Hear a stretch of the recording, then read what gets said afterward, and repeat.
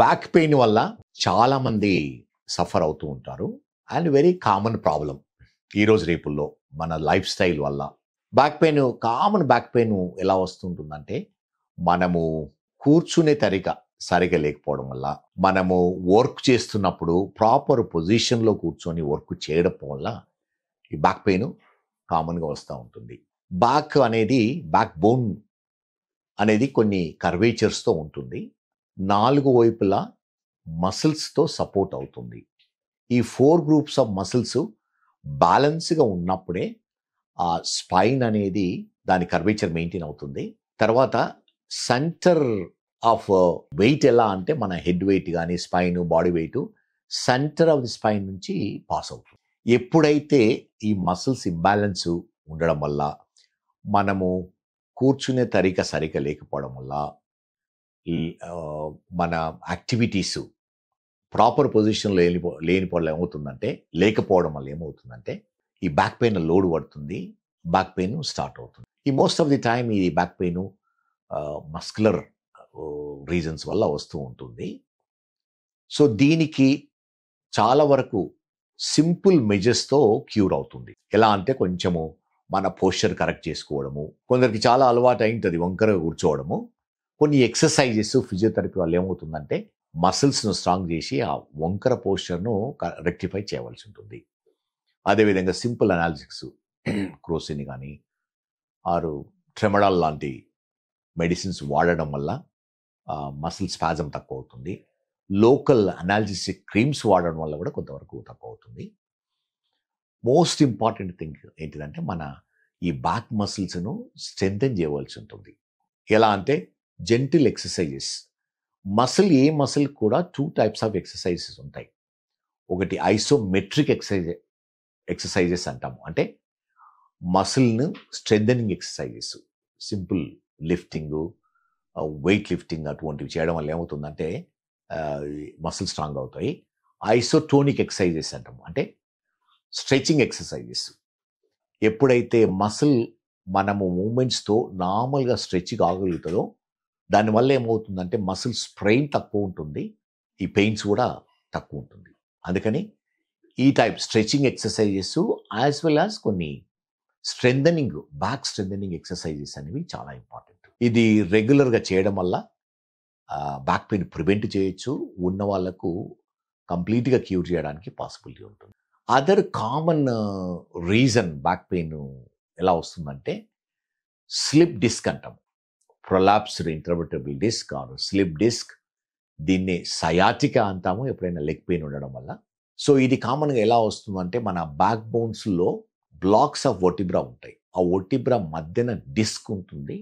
Various reasons వల్ల ఈ disc ఏమవుతుందంటే వీక్గా తయారయ్యి, దానిలో ఉండే లిక్విడ్ బయటికి వచ్చేసి పక్కన ఉన్న నర్వ్స్ పైన ప్రెషర్ పెట్టి పెయిన్ వస్తుంటుంది. ఎస్పెషల్లీ బ్యాక్ పెయిన్ ప్లస్ దాంతోపాటు ఏ నర్వ్ ప్రెషర్కు గురైందో ఆ ఏరియాలో నొప్పి వస్తుంది. మెయిన్లీ లెగ్లో వస్తుంది. దీన్నే సయాటికా అంటాము. ఈ బ్యాక్ పెయిన్ జనరల్లీ బ్యాక్ నుంచి, back of the buttocks, thigh, back of the knee, back of the leg నుంచి ఫీట్లోకి పెయిన్ వస్తుంటుంది. అదే ఏరియాలో కొంచెము tingling numbness, pins and needles కానీ డిక్రీజ్డ్ సెన్సేషన్ రావడానికి పాసిబిలిటీ ఉంది. అదేవిధంగా కొంచెం ఎక్కువ ప్రెషరు ఉన్నప్పుడు ఏమవుతుందంటే మోటార్ వీక్నెస్ అంటాం, మసిల్ వీక్నెస్ కూడా వస్తుంటుంది. ఇది ఈజీగా ఎలా టెస్ట్ చేసుకోగలుగుతారంటే, టోస్ పైన నిలబడడానికి ఇబ్బంది అవుతుంది, నిలబడలేరు ఒకవేళ మసిల్ వీక్నెస్ ఉంటే, ఆరు హీల్స్ పైన, టోస్ పైన నిలబడము, హీల్స్ పైన నిలబడము, సైడ్ ఆఫ్ ది ఫీట్ నిలబడకపోతే, ఎవరికైతే ఈ సయాటికా ఉందో ప్రాబబ్లీ వీక్నెస్ వల్ల నిలబడకపోవడానికి పాసిబిలిటీ ఉంది. సో జనరల్లీ ఎలా అంటే, ఇది డిస్కోజెనిక్ పెయిన్ అంటాము. స్లిప్ డిస్క్ వల్ల బ్యాక్లో అయి రేడియేటింగ్ పెయిన్ వస్తుంది. మనము దగ్గినా తుమ్మినా ఈ పెయిన్ సడన్గా ఇంక్రీజ్ అవుతుంది. ఎలక్ట్రికల్ షాక్ లైక్ పెయిన్ లాగా ఫీల్ అవుతుంటుంది. And most of the time x-rays చేస్తే ఏమవుతుంటే, ఎక్స్రేస్ నార్మల్ ఉంటాయి. ఎంఆర్ఐ స్కాన్ వల్ల ఈ కండిషన్ బయటపడుతుంది. ఎంఆర్ఐ స్కాన్లో జనరల్లీ మనకు L4-5 డిస్క్ కానీ L5-S1 డిస్క్ కానీ డ్యామేజ్ అవుతుంటుంది. అది కుడివైపు అయిందా, ఎడమవైపు అయిందా, ఎంత ప్రెషర్ వస్తుందో దాన్ని ఎంఆర్ఐ స్కాన్ వల్ల మనము తెలుసుకోవచ్చు. గుడ్ థింగ్ ఏంటిదంటే 90% ఆఫ్ ది ఈ స్లిప్ డిస్క్స్ అవన్నీ ఆపరేషన్ లేకుండానే క్యూర్ అవుతాయి. మెజారిటీ వాటంతట అవే సెటిల్ అవుతాయి. కానీ ఎప్పుడైతే ఈ పెయిన్ ఉండి సిమ్టమ్స్ ఉన్నప్పుడు మనము సిమ్టమాటిక్ ట్రీట్మెంట్ ఇవ్వవలసి ఉంటుంది. ఈ సిమ్టమాటిక్ ట్రీట్మెంట్లో మెయిన్లీ ఎలా ఉంటుంది, అనాల్జెసిక్స్ మెడికేషన్ అంటే ఏసైక్లోఫెనిక్ లాంటి యాంటీ ఇన్ఫ్లమేటరీ మెడికేషన్ ఇవ్వాల్సి ఉంటుంది. లోకల్ అనాల్జెసిక్ క్రీమ్ ఉంటుంది, కొన్ని నర్వ్ వైటమిన్స్ ఇస్తాము. అదేవిధంగా ఫిజియోథెరపీ ఎక్సర్సైజెస్. ఇనీషియల్గా ఫిజియోథెరపీ ఎలా ఉంటుంది, షార్ట్ వేవ్ థెరపీ కానీ అల్ట్రాసౌండ్ కానీ నొప్పి తగ్గించడానికి. తర్వాత మసిల్ స్ట్రెంథనింగ్, స్ట్రెంథనింగ్ ఎక్సర్సైజెస్ ఇస్తాము. ఈ టైంలో ఎవరికైతే అక్యూట్ పెయిన్ ఉందో బరువులు ఎత్తడం కానీ బరువులు క్యారీ చేయడం కానీ చేయకూడదు. అదేవిధంగా వంగి పని చేయకూడదు, కింద కూర్చోవడం కూడా తగ్గించాలి. జనరల్లీ బ్యాక్ పెయిన్ ఉన్నవాళ్ళు మనము కింద ఉన్న వస్తువులను తీసుకోవాలంటే ముందు మన మోకాళ్ళను బెండ్ చేసి కింద కూర్చొని అందుకోవాలి. అలా కాకుండా నీ స్ట్రైట్గా పెట్టి పూర్తిగా వంగి తీసుకోవడం వల్ల ఏమవుతుందంటే బ్యాక్ పెయిన్ చాలా లోడ్ పడుతుంది ఎవరికైతే ఈ బ్యాక్ పెయిన్ ఉందో.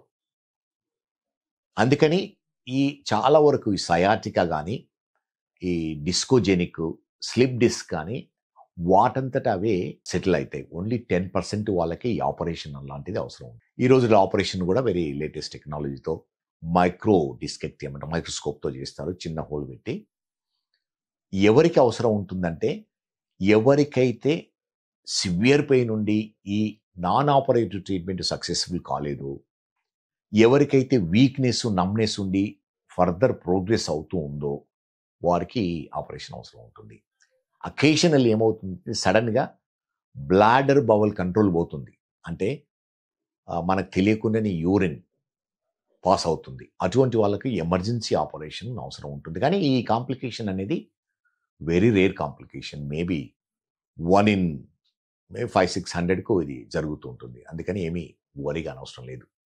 కానీ ఎవరికైతే సిమ్టమ్స్ ఉన్నామో డాక్టర్ దగ్గరికి వచ్చి ఒక ఎంఆర్ఐ స్కాన్ చేయించుకొని ఎంత సివియర్గా ఉందో దాని ప్రకారము ట్రీట్మెంట్ తీసుకుంటే ఏమవుతుందంటే చాలా వరకు క్యూర్ కావడానికి పాసిబిలిటీ ఉంది.